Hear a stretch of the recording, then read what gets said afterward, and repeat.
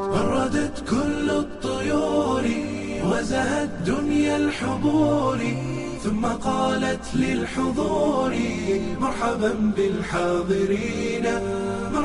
halkan ka soo jeedinaya geelka alla qiimaha quraanka dabuubtii tixdan sida way daaweynaya waa iga dardaarane idilkiin dadweyno duulka dhagaay noo furan in quraanka dabaqiyo uu darjo sare yahay daliil sugan waxa uu shakhsiyan ka daaline ku dadaala waligiis daara aakhiraadiyo dumar xuur lacayni dalabku waamiyi wax kasto damaaciyo degdeg uu helaya eedaha nabigeen diinta barashadeediyo ku dadaalisteedu in la daarme waligiin hadeeyay quraanku daweeyay daliil sugan waxa uu shakhsi uu diloodo xanuunada daran qaar la daala dhacayo aan dareerin karinba bulsho lagu dabiiba markaasuu durduriya eedaha nabigeen diinta barashadeediyo ku dadaalisteedu in la dardaarme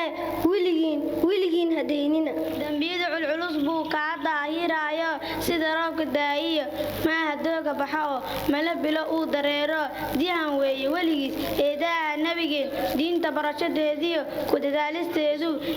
in laga dardaarme waligiin hadeynina si ruux gale ee ku dadaala barashada dadku way sharfaano dambi kuma xamtaano shakhsi weeye daahira eedaha nabigeen diinta barashadeediyo ku dadaalisteedu in laga dardaarme waligiin hadeynina